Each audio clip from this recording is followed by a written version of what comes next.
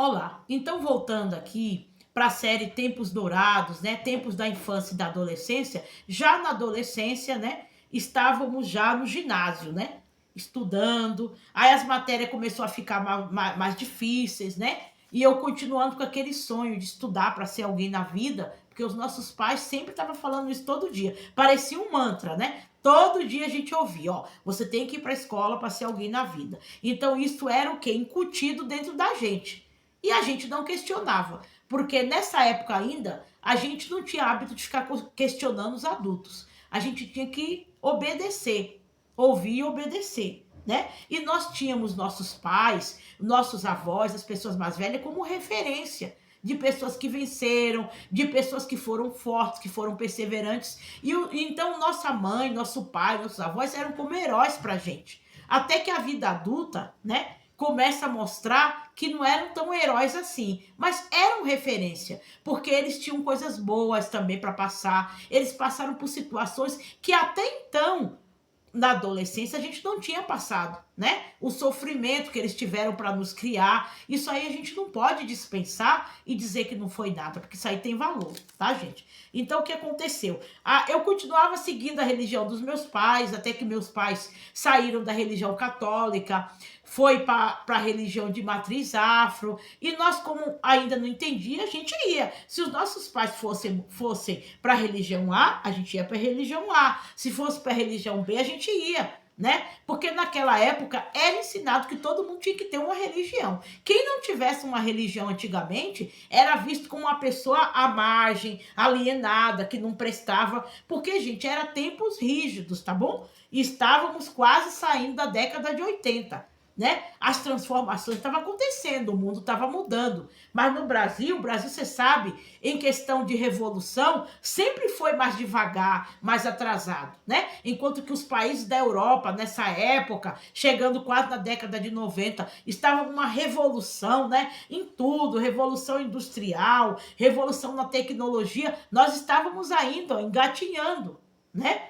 E nos valores também morais, as mudanças, entendeu? As mulheres, né, que antes ficavam à margem, né, tinha que simplesmente obedecer os homens, elas estão começando a ter voz, a querer estudar, a querer se emancipar. Então eu fui criada em todo esse contexto, só que nesse contexto eu ainda não era de maior, né? Aí nessa época a nossa família mudou do endereço e toda vez que nossa família, porque nós morávamos de aluguel, toda vez que nossa família mudava de endereço, a gente fechava aquele ciclo e iniciava outro. Mas infelizmente não era outro ciclo melhor, mais próspero, né? Nós mudávamos de casa, mas não mudávamos de vida. Estávamos até numa casa maior. Agora nós não vivíamos mais numa casa de um cômodo e um banheiro, né? Que era do lado de fora. Agora já tinha banheiro do lado de dentro, né? Já tinha dado uma melhora, entre aspas, na questão de espaço, né? Cada um já tinha seu quarto, né?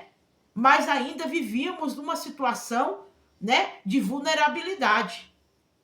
E naquela época, tá, gente, não tinha os benefícios sociais que tinha hoje, tá bom? Não tinha. As pessoas tinham que trabalhar. Quem era da roça trabalhava na roça, quem era da cidade trabalhava no comércio, na indústria. Era assim que as pessoas ganhavam a vida. Eu acho que é exatamente como é hoje, né? Só que nessa fase eu já estou começando a entender um pouco mais da vida, do que acontece na minha casa, as coisas ficando mais difíceis.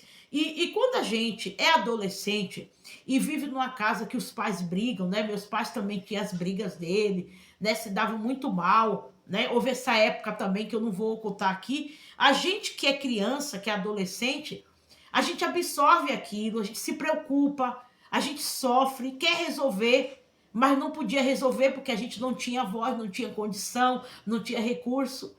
Aí eu comecei a ir muito mal na escola por causa disso. Eu que era CDF, a que tinha boas notas, comecei a ter notas muito baixas por causa dos conflitos dos meus pais, que eu acabava me envolvendo porque eu ficava triste com o que estava acontecendo. E aquilo interferia, influenciava na minha aprendizagem, até que eu repeti de ano. Quando eu repeti de ano, parece que algo se quebrou assim dentro de mim, porque até então eu era aquela pessoa que nunca perdia de ano, nunca, né, que passava de ano todo ano. que tirava boas notas, mas por causa dos problemas que estavam acontecendo ali, eu comecei a absorver aquilo ali. E por não poder resolver, a minha cabeça começou a ficar cheia. Aquilo começou a influenciar meu psicológico. Eu comecei a ir mal na escola. Só que nessa época os pais não investigavam por que os filhos iam mal. Simplesmente eles achavam que os alunos não estavam querendo aprender. Por isso que uma coisa que eu te dou uma dica, você que é pai, que é mãe, que é educador, você que cuida de uma criança, de um adolescente, quando seu filho estiver indo mal na escola, antes de querer bater, xingar, gritar ou rotular ele, procure saber o que está acontecendo com ele. De repente está acontecendo alguma coisa na casa dele, ele está vivendo uma situação que está mexendo com o psicológico dele. E quando o psicológico da gente não está bom, pode ser qualquer idade, gente. Isso aí interfere na nossa produtividade, sabia? Quando o seu psicológico não está bom, isso aí pode interferir na sua vida financeira, na sua carreira, no seu trabalho, nos seus estudos. Mesmo que você queira separar as coisas, a dizer, estudo é estudo, família é família. Quando a gente é adolescente, a gente está sofrendo transformação no corpo, na mente, na pele, né? Os nossos hormônios, tanta coisa acontecendo com a gente, ninguém querendo conversar sobre isso, não está querendo explicar sobre isso. Só que hoje estamos em outro tempo, que você pode conversar com seu filho, com sua filha adolescente, né? Ao invés de ficar só cobrando, dizendo que ele não presta, às vezes até xingando ele, chame ele para conversar com amor, não para discutir, não para dar bronca. Olha, pai, mãe, seja amigo do seu filho, porque se você não for amigo do seu filho, as pessoas do mal vão querer ser, mas para levá-lo para o caminho errado, tá bom? É um conselho que eu te dou. Você tem que chegar primeiro do que as mais amizades, porque as mais amizades não tem dó. Então, ao invés de ser um pai, né, tem pai e mãe que parece que é um capataz da criança, né? Você pode ter autoridade, você pode se fazer respeitar, mas não seja um pai ditador para o seu filho. Você vai perder seu filho. Você pode perder para seu filho para os vícios, porque às vezes ele vai procurar refúgio nos vícios. Porque se em casa ninguém vai querer ouvi-lo, ninguém quer saber os motivos dele, as razões, né? Ele vai procurar pessoa que não tem nada a ver e vai acabar caindo nas mãos de pessoas inescrupulosas, tá bom? Adota seu filho no seu coração, né? Eu sei que você que é pai ou mãe tem uma vida corrida, você tem que trabalhar de madrugada para garantir o alimento. Você não vai poder estar o tempo todo com esse adolescente, mas sempre tem um tempinho que você pode conversar, tá bom? Não é desculpa. Ainda que você saia para dar uma volta com seu filho na praça, não precisa você levá-lo no shopping, gastar, não. Eu não estou falando isso. Mas reserve um tempinho para conversar com seu filho, com sua filha, para saber o que está acontecendo com ele. Se faça amigo dele. Você vai conseguir arrancar muito mais coisa dele do que se você usar a surra, a vara, o chicote. Você não vai conseguir nada com isso. Ah, Ana Maria, não tem que educar? Sim. Gente, educar não é bater. Educar não é xingar. Eu vim de uma época que a sociedade ensinava isso. Que para aprender tinha que bater com a palmatória. E aí, sabe o que a sociedade fez com esse jovem? Criou uma sociedade de pessoas reprimidas, infeliz, depressiva. Porque a depressão, gente, não é uma doença que foi inventada hoje. Sempre existiu. Mas era ignorada, não era tratada. Tá bom? Eu não estou dizendo que você não dê limite, que você não possa falar não pro seu filho, se o que ele está pedindo é uma coisa que vai prejudicar ele. Mas você tem a maneira certa de educar. Tá bom? Eu nunca eduquei os meus filhos batendo. E eles são filhos ótimos. Nunca me deram trabalho. Eu sempre procurei ser amiga. E é muito desgastante você querer que seu filho só te obedeça se você bater.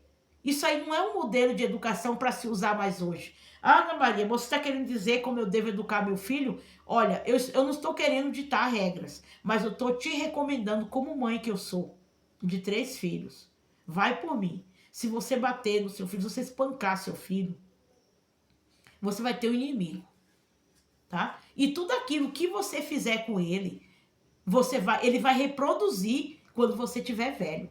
Ou com você ou com os outros. Olha o que eu estou falando, tá bom? Porque o ser humano, ele também é um produto do meio, né? E ele reproduz a educação que ele aprendeu. Ah, Ana Maria, mas você não reproduziu com seus filhos? Não, sabe por quê? Porque o conhecimento veio antes, entendeu? Eu tive um conhecimento, eu tive uma nova cabeça. E você tem que renovar a sua mente. Talvez o seu filho está distante de você, por quê? Porque você só sabe gritar, tá? Eu sei que o assunto do vídeo não é esse, mas eu abri um parênteses para falar isso. Você só sabe crucificar, julgar, principalmente quando a família, né, do jovem, é aquela família muito religiosa, muito fanática, né? Você chega, tudo você fala que seu filho é do diabo, que seu filho não é de Deus. Às vezes tem coisas que seu filho faz que é por causa da adolescência dele. Ele está sofrendo uma fase de transformação, não é fácil. Você também já foi adolescente. E você está querendo resolver isso tudo com Bíblia. Ah, só é da Bíblia, não. Às vezes, seu filho precisa ser ouvido. Às vezes é uma conversa que ele precisa ter com você. Não é só pregar ser irmão, não. E muitas vezes você prega, mas você também não vive. E você quer cobrar do seu filho aquilo que você não faz, tá bom? Eu sei que agora eu peguei pesado, mas tempos dourados são tempos também para se aprender coisas, tá bom? Então, eu vou encerrar aqui esse vídeo. No próximo vídeo, já vai ser o 6º vídeo, tá bom? Que eu vou falar de mais coisas dos aspectos da minha adolescência. Se você gostou, deixe seu like, compartilhe, tá bom? Ativa o sininho aí, se inscreva. Gente, esse conteúdo aqui é de qualidade. Eu sei que tem muita gente que fala o que eu falo, mas da maneira como eu falo, de uma maneira tão assim contundente, no bom sentido, né? E também amorosa ao mesmo tempo, são poucos, tá bom? Isso aqui não é vídeo só para você entreter, não. É bom ter vídeos de entretenimento, mas esses vídeos aqui também servem para você ajudar a moldar o seu caráter, a melhorar como pessoa. Eu mesma, gente, às vezes, quando eu percebo que eu tô entortando, né? Deixa eu usar esse termo, que eu tô falhando muito comigo e com o próximo, eu pego os meus próprios vídeos para mim aprender, sabia? Porque antes de eu falar para vocês, estou falando para mim. Porque o diálogo que a gente tem primeiro é o diálogo que temos com nós mesmos, tá bom? Muito obrigada e até mais.